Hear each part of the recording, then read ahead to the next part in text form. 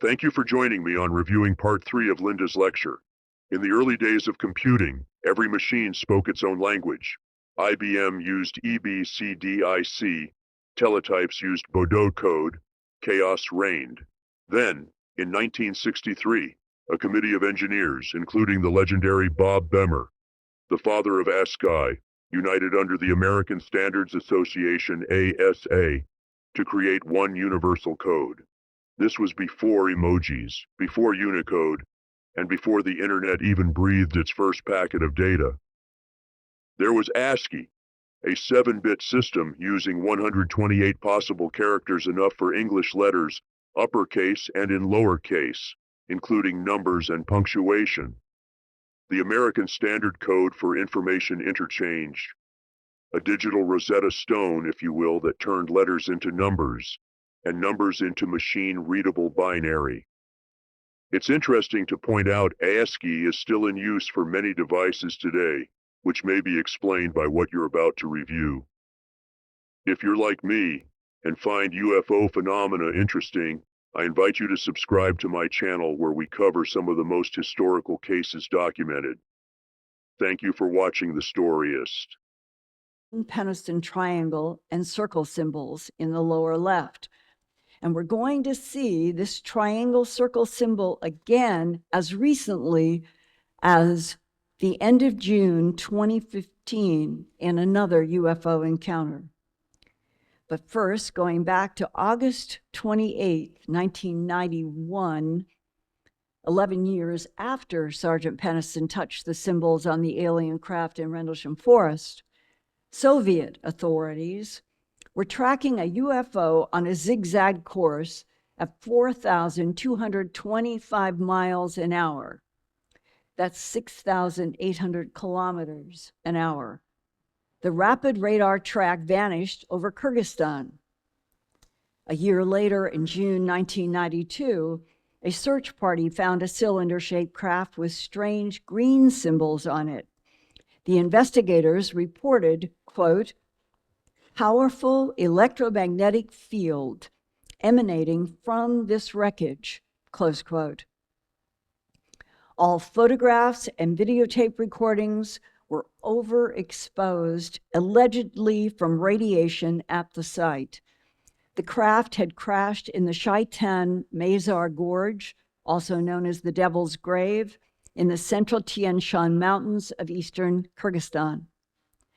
And then 14 years later, in late June of 2015, an Army sergeant with his wife, 2 young children, dog, and cat began moving from Hunter Army Airfield near Richmond Hill, Georgia, on the Atlantic Ocean to Fort Carson in Colorado Springs, Colorado, planning to go through Atlanta.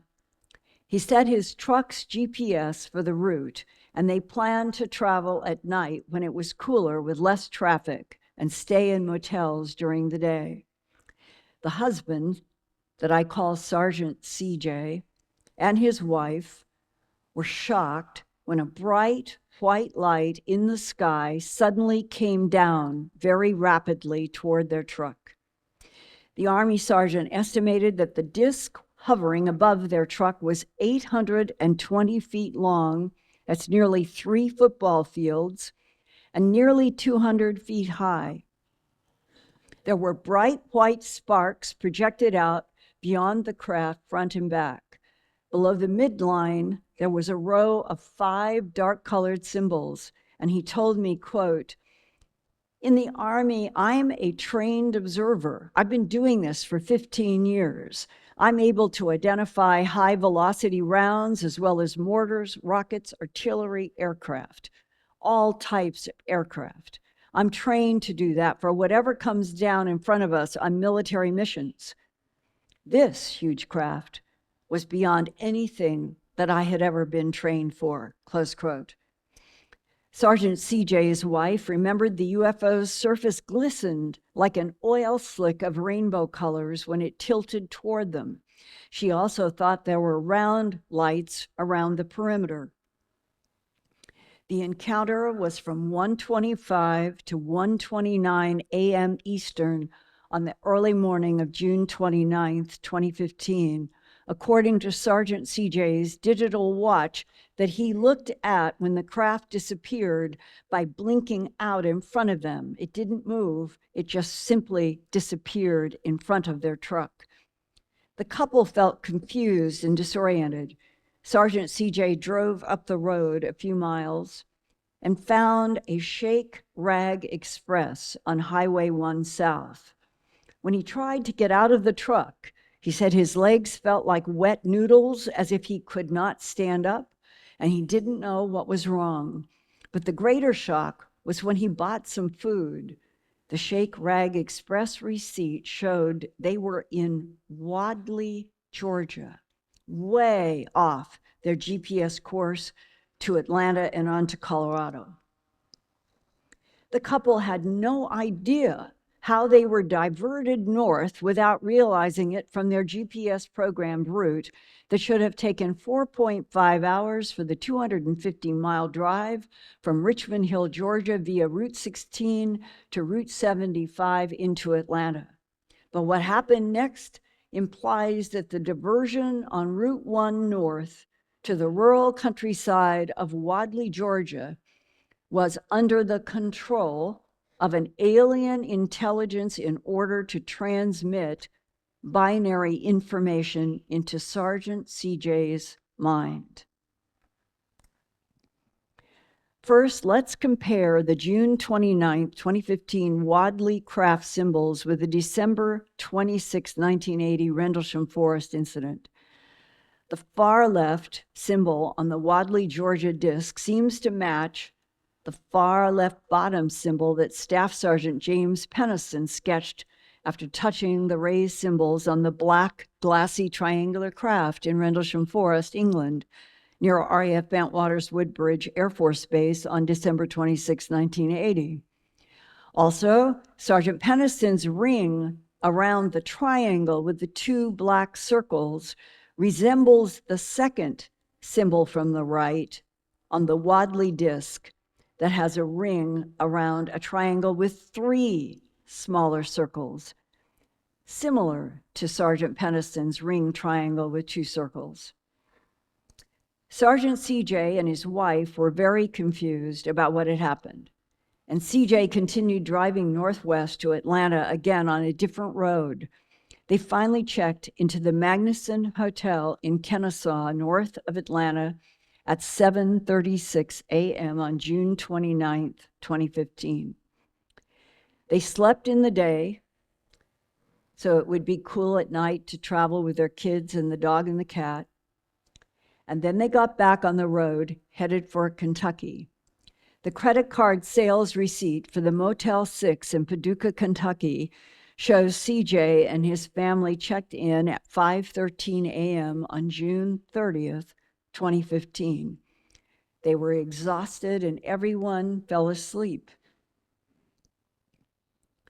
But Sergeant CJ found himself waking up in their Motel 6 bathroom, holding a ballpoint pen in one hand and the letter-sized receipt from the motel in the other hand, staring at the back of the receipt covered with squares and lines, and could see his own pen trailing off to WTF. Is there anybody here who doesn't know what those letters stand for? During our first interview about this high strangeness, he asked that his voice be electronically altered because he is active Army and he wants to remain anonymous, but he's trying to keep me in his loop about what is happening even to this day. Sergeant CJ talks about a vivid dream he had before becoming conscious in the bathroom. In the dream, light gray alien beings wearing dark lenses over eyes very similar to but larger than human eyes are warning about a threat to Earth. Have you seen the symbols in sleep or in your mind's eye? And that first time that it happened was in that hotel. I do not remember getting out of bed and walking into the bathroom with a pen in my hotel room and doing that. I literally woke up standing there after I had finished. Have the symbols been repeated in addition to the squares and the vertical lines? Yeah, it's great. Can you describe that dream? And they're being scrolled past from right to left. They're slightly illuminated in like a light blue color. Are you getting any impression of what they are saying in your dream? In Council of Five, I believe. Council of Five, and what are they saying? Warning, preparation for something, an alert of what may come, or what could come, or what is soon to come, or things to that effect. And they're doing what they can to try to help us. They're almost to the point where they're outnumbered, and we're going to need to assist and get to where we need to be sooner in order to be able to stand again. Did you see any humanoids of any shape or size or type in any of your dreams? Which type? And similar to ours, however, grayish in color, elongated heads, larger sockets for eyes, larger eyes. In the dream that I was seeing, there was one about where my feet would be, and I could see expressions on his face as a little bit of worry, but was trying to keep me calm. Did you get the telepathic impressions of warning there aren't enough of us, there's more of them, something is going to happen that's going to be a big problem, and that these beings have been trying to help and now they can't because they don't have enough numbers versus what is there? Similar, but I think it's more along the lines of what we're doing that's going to harm us, such as sending signals out to space is not a safe thing to do, that we have technology that we need to expand on, but it's being kept from everyone behind locked doors or closed doors, and only to certain individuals or something to that effect, and allow all minds to come together to get things done a little bit quicker. Or what is going to happen? It might negatively affect us. I don't know what that might be, though. And if there is a warning or an alert, that would imply that something is coming that may be harmful. Something that will affect us here on Earth. I know that at our current advancement in technology and how we're progressing is happening too slow. And the way to fix that is opening up and allowing everyone here who is kept in the dark or not being told the information. We need to allow outside minds in order to solve the issues that we're having, to increase our advancement in technology and speed up our process for advancement. If that doesn't happen, what bad could happen? But you just heard about a warning that seems dependent upon waking up the human family on this planet as a move that could help all of us get stronger. The awakening is happening, whether it is small in the minds of somebody like Sergeant CJ or large like we're experiencing together in Manchester, that something is impending that he puts in the dangerous category. Now, about this Council of Five, Sergeant CJ told me he had never heard those words outside of that dream. When you Google ET or Alien Council of Five, and the first time I ever heard it or did it was after the interview with him, this is one of the websites that comes up that lists 5 alleged alien races that include EMERTHER, apparently pronounced Emerther. The website Alien Axioms describes the Emerther as, quote, one of the founder races of the Council of Five, ancient and more advanced on many levels than most cosmic intelligences. Allegedly, it was the emerther that wanted to meet with, or did meet, American President Dwight Eisenhower, perhaps over stopping atomic bomb testing, close quote. The website states, without giving information sources, quote, very little is known about the 5 alien races that make up the Council of Five.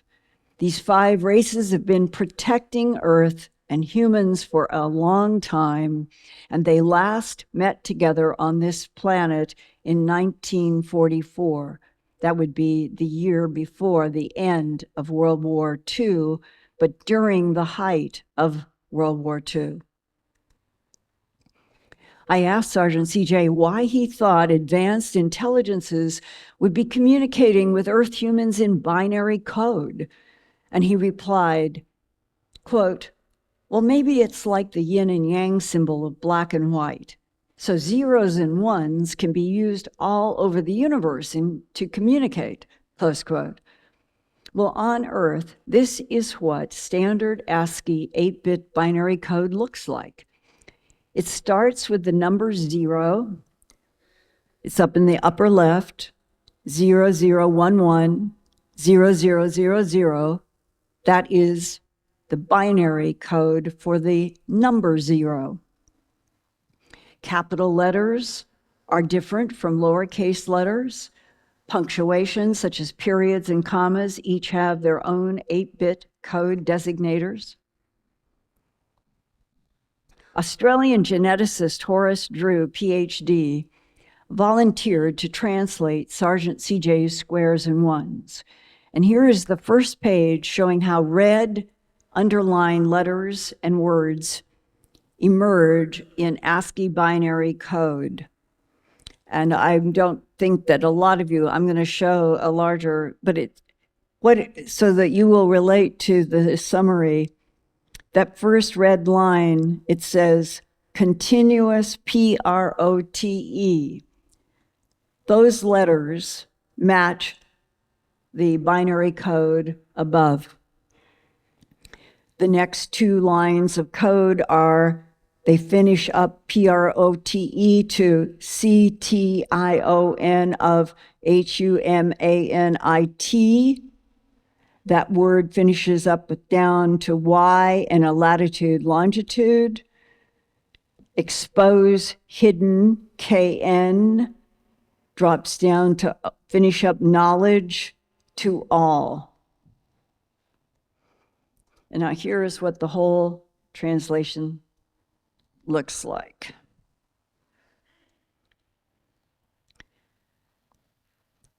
Continuous protection of humanity, 49.27 north, 11.5 east, expose hidden knowledge to all citizens, advancement imperative for planetary survival, beware of Orion 1350.3 and Z Reticuli 39.1 question mark 70, avoid signal messages sent. Now, Horace Drew in Sydney, Australia, said about beware of Orion numbers, quote, the 2 coded numbers 1350.3 and 39.1 question mark 70. They relate, he thinks, to the distance in light years from Earth to the Orion Nebula, which is, this is an astronomical fact, 1,350 light years from Earth. The binary star system of Zeta Reticuli is 39.17 light years from Earth. Zeta Reticuli 1 is supposed to be the original solar system source of some of the gray aliens, close quote. Now that last line seems to relate to Sergeant CJ's dream information about the danger of Earth sending out SETI signals without knowing who is on the other end. That same warning came in 2015 from Elon Musk, Bill Gates, and physicist Stephen Hawking about don't send radio signals out from Earth that might be intercepted by something hostile out there. Now let's go back to that first line that says continuous protection of humanity, 49 degrees, 27 minutes north, and 11 degrees, 5 minutes east. If that latitude and longitude are supposed to be a location on Earth where ETs from the Council of Five are supposed to be protecting humans, how odd that it turns out to be town center of Nuremberg, Germany. Nuremberg was a significant city for the Nazis in World War II, and it was the location of the international war crime trials after the war ended. But Nuremberg was also famous more than 400 years ago in 1561, when immense black cylinders appeared in an early dawn sky and released many strange blue, black, red, and orange spheres, rods, and crosses. Many people watched the aerial machines clash in battle. Part 3 of Linda's lecture comes to end, and many of you, like myself, found it fascinating to learn of the encounter on April 14, 1561. Hans Wolf Glaser, born in 1500 and passed away in 1573. Glaser is most known for printing a broadsheet news article on the 14th of April 1561, describing a mass sighting of a celestial event or unidentified flying objects that occurred over Nuremberg on the 4th of April the same year. The broadsheet, illustrated with a woodcut and text, is preserved at the Zentralbibliothek Zurich in Zurich, Switzerland. It describes objects of various shapes, including crosses, spears, discs, a crescent, and a tubular object from which several smaller, round objects emerged and darted around the sky at dawn. I present you with a short clip of experts covering this extraordinary historical event. Nuremberg, Holy Roman Empire, is the dawn on the 14th of April 1561. It looks like a normal day, but between 4 and 5 a.m. something unexplainable happened. The sky was filled by a series of mysterious objects. The event is described in detail by Hans Glaser in a print kept in the Zurich Central Library. At first, there appeared in the middle of the sun two blood-red semicircular arcs, just like the moon in its last quarter, and in the sun, above and below on both sides, the color was blood. There stood a round ball of partly dull, partly black ferrous color. Likewise, there stood on both sides, and as torus about the sun, such blood-red ones and other balls in large number, about 3 in a line and 4 in a square, also some alone. In between these globes there were visible a few blood-red crosses, between which there were blood-red strips, becoming thicker to the rear, and in the front malleable like the rods of reed grass, which were intermingled, among them 2 big rods, one on the right, the other to the left, and within the small and big rods there were 3, also 4 and more globes. The description seems to be partly similar to what happens during a parhelion, also known as sundog, caused by the refraction of light from small ice crystals in the air. In fact, the semicircular arcs that look like a moon and the cross can be found in another print from the Nuremberg Chronicles. However, this does not explain the presence of the orbs, and is the second part of the description the most interesting one.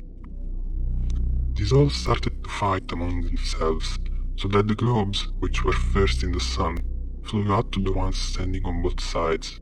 Thereafter, the globes standing outside the sun, in the small and large rods, flew into the sun. Besides, the globes flew back and forth among themselves, and fought vehemently with each other for over an hour. And when the conflict in and again out of the sun was most intense, they became fatigued to such an extent that they all, as said above, fell from the sun down upon the earth, as if they all burned, and they then wasted away on the earth with immense smoke. After all this, there was something like a black spear, very long and thick-sided. The shaft pointed to the east. The point pointed west. Whatever such signs mean, God alone knows. Very similar phenomenon happened just 5 years later in Basel, Switzerland. The event was so unusual that it was featured in the local journal, and the Battle of the Spears is shown in this print of Samuel Koch, very similar to what happened a few years earlier in Nuremberg. In 1958, the psychiatrist Carl Gustav Jung talked about the Nuremberg and Basel episodes in his work, A Modern Myth of Things Seen in the Skies. Jung considered such events as natural phenomena, reinterpreted with religious or military meaning. Many pseudoscientific theories consider the two events as UFO sightings, with battles among flying objects that ended with the crash of the spaceships.